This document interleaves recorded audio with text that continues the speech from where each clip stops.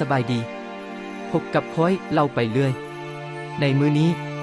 ค้อยจะเล่าประวัติย่อของทานทองดุลศรีสุฤทธิ์นายกรัฐมนตรีแห่งสปป.ลาวคนที่7ที่ดำรงตำแหน่งต่อจากทานทองซิ่งธรรมวงศ์ก่อนที่จะรับชมรับฟังก็อย่าลืมกดติดตามกดถูกใจเพื่อเป็นกำลังใจ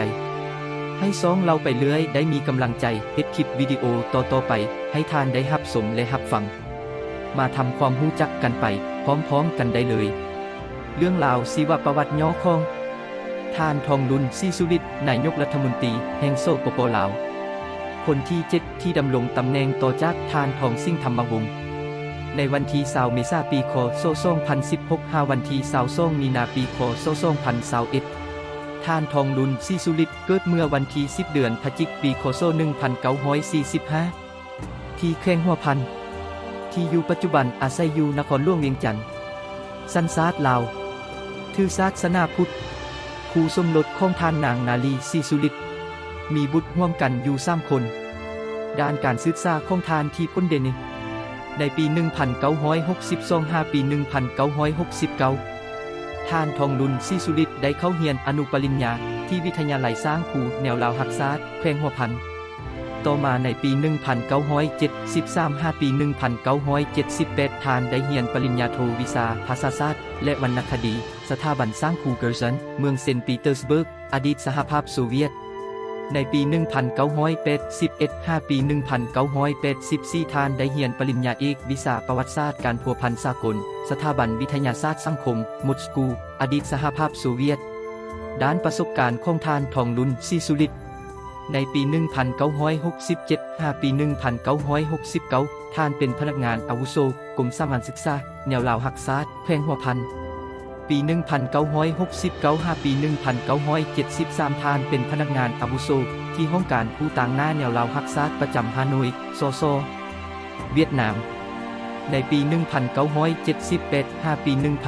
1979 ก็ได้เป็นอาจารย์สอนที่มหาวิทยาลัยเวียงจันทน์ต่อมาในปี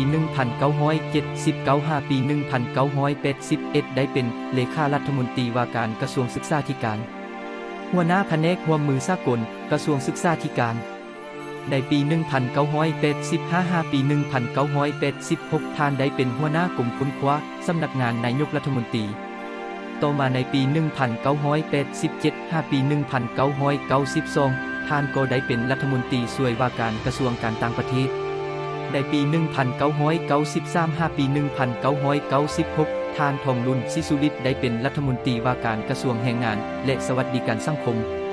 ต่อมาปี 1997 5 ปี 2001 เป็นสมาชิกคณะประจำสภาแห่งชาติประธานคณะกรรมาธิการต่างประเทศของสภาแห่งชาติสมาชิกสภาแห่งชาติในปี 2001 5 ปี 2006 ท่านทองดุลศรีสุฤทธิ์ได้เป็นรองนายกรัฐมนตรีและประธานคณะกรรมการแผนการและการลงทุนประธานคณะกรรมการคุ้มครองการลงทุนประธานคณะกรรมการแห่งชาติด้านพลังงานสมาชิกสภาแห่งชาติต่อมาในปี 2006 5 ปี 2016 ท่านทองดุลศรีสุฤทธิ์ได้เป็นรองนายกรัฐมนตรีว่าการกระทรวงการต่างประเทศในวันที่20 เดือน 4 ปี 2016 5 วันที่21 เดือน 3 ปี 2021 ท่านทองดุลศรีสุฤทธิ์ได้เป็นนายกรัฐมนตรีแห่งสปป.ลาวนอกจากนี้ท่านทองดุลศรีสุฤทธิ์ยังได้เป็นประธานกรรมการแห่งชาติของโครงการบ้านช่วยเหลือเด็กหมู่บ้านเด็กน้อยสากลลาวเป็นสมาชิกสภาสากลขององค์การหมู่บ้านเด็กน้อยสากล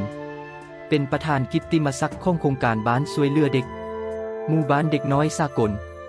และท่านทองดุลศรีสุฤทธิ์ยังมีความรู้ทางด้านภาษาต่างประเทศเป็นต้นภาษารัสเซียภาษาเวียดนามภาษาอังกฤษเทิงอย่างใดก็ตามเรื่องราวชีวประวัติย่อท่านทองดุลศรีสุฤทธิ์ก็มีเพียงบางส่วนที่ได้เล่าในเบื้องต้นเพียงเท่านั้น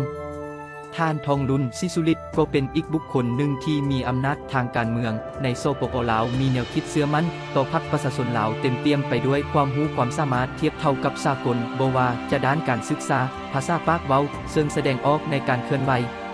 เวียกงานของท่านในการพบปะแลกเปลี่ยนพัวพันเวียกงานกับท่านผู้นำต่างประเทศที่เป็นอันพ้นเด่น ค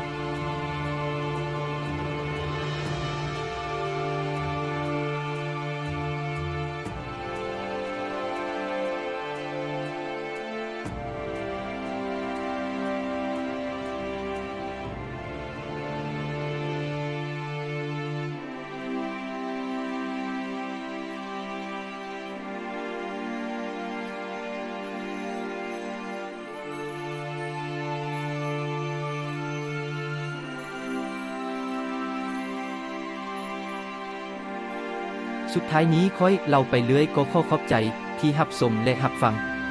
หากมีคำเว้าคำว่าใดที่คาดตกบกพร่องบ่ถูกต้องบ่ครบถ้วนก็ขออภัยมาณที่นี้ด้วย